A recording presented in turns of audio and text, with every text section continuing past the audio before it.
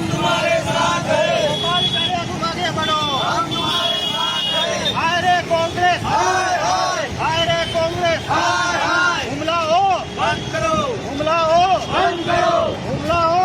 बंद करो।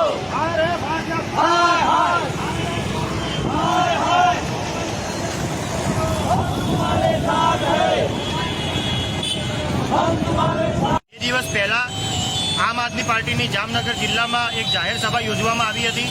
આ જાહેર સભામાં આમ આદમી પાર્ટીના ગોપાલભાઈ સહિતના નેતાઓ અમારા હાજર હતા।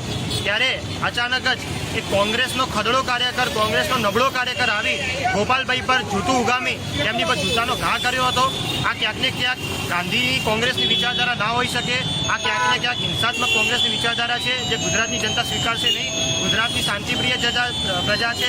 આમ આદમી પાર્ટી અને શબ્દ શકોમાં વખોડે છે અને આજે બગવાડા દરવાજા ખાતે આમ આદમી પાર્ટીના સૌ કાર્યકર્તાઓએ ભેગા મળી કોંગ્રેસનો વિરોધ કર્યો છે અને ભાજપ પ્રેરિત જે કોંગ્રેસ આગળ વધી રહી છે, ભાજપ અને કોંગ્રેસને બંનેને આમ આદમી પાર્ટી ગુજરાતમાં જે દિવસે દિવસે આગળ વધી રહી છે તે પચી રહ્યું નથી, માટે આવા હુમલાઓ કરાવી રહી છે।